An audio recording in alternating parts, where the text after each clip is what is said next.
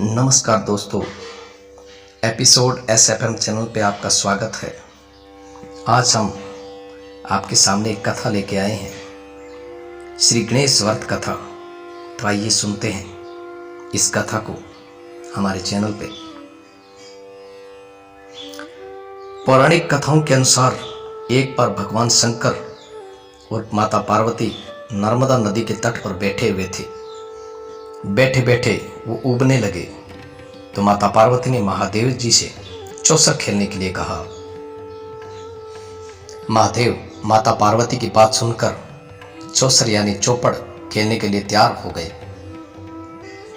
अब उनके सामने एक परेशानी थी कि उनके खेल में हार जीत का फैसला करने वाला कोई तीसरा शख्स नहीं था। इसका हल निकालने के लिए शंकर महादेव ने आसपास के घास के कुछ तिनके इकट्ठे किए और उससे एक पुतला बना दिया। फिर उसमें जान डालकर उससे कहा, हे पुत्र, मैं पार्वती के साथ चौपड़ खेलूंगा और तुम हम दोनों के खेल की साक्षी बनोगे।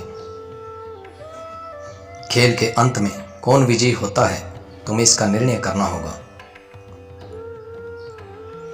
उस पुतले से इतना कहने के बाद महादेव और माता पार्वती ने चौपड़ का खेल खेलना शुरू कर दिया। दोनों ने बारी बारी से 3 बार चौपड़ का खेल खेला। स्योंग से तीनों ही बार माता पार्वती की जीत हुई। जब दोनों खेल खत्म किया और उस पुतले से विजयी होने वाले का नाम पूछा तो उसने महादेव को इस खेल का विजयी घोषित कर दिया। इससे माता पार्वती को गुस्सा आ गया। उन्होंने उस पुतले को लंगड़ा होने और कीचड़ में पड़े रहने का श्राप दे दिया। माता से श्राप सुनकर उस पुतले ने कहा, हे माँ, मैंने इस खेल का गलत निर्णय अपने अज्ञान के कारण लिया। मैंने किसी गलत इरादे से यह निर्णय नहीं लिया, कृपया मुझे क्षमा करें। पुतले की बात सुनकर माता पार्वती को दया आ गई और उन्होंने उससे कहा, 1 साल बाद यहाँ पर गणेश की पूजा करने के लिए नाग कन्याएं आएंगी। उनसे पूछकर तुम गणेश व्रत और पूजन करना। ऐसा करने से तुम्हें मनोवांछित फल मिलेगा। इतना कहकर माता पार्वती और महादेव वहां से वापस कैलाश की तरफ चले गए।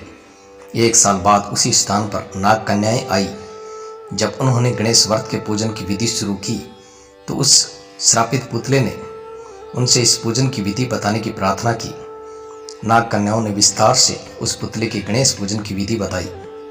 इसके बाद उस पुतले ने विधि अनुसार 21 दिनों तक गणेश जी का उपवास किया और उनका पूजन किया। इस पूजन से गणेश जी काफी प्रसन्न हुए और उन्होंने उस पुतले को मनोवांछित वर मांगने के लिए कहा।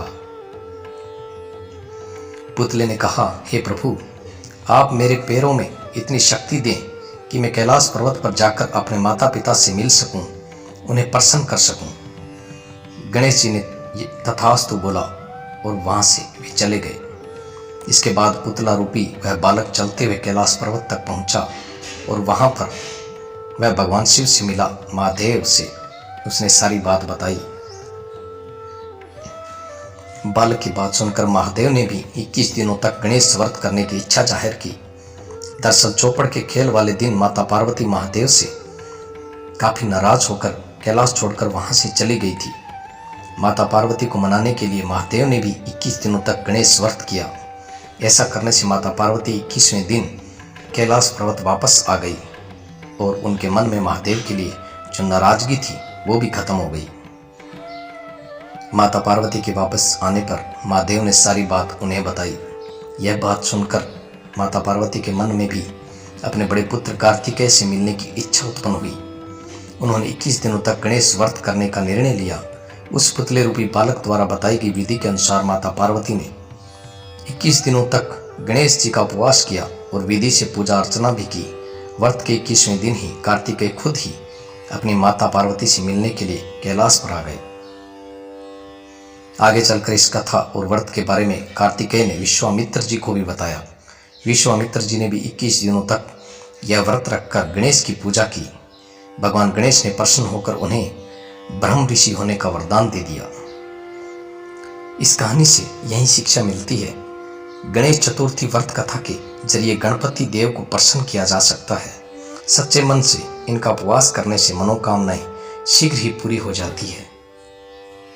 ऐसी ही कथाएं कहानियां सुनने के लिए हमारे चैनल को सब्सक्राइब कीजिए और बेल आइकन भी दबाइए ताकि हर नोटिफिकेशन आप तक पहुंचता रहे। धन्यवाद।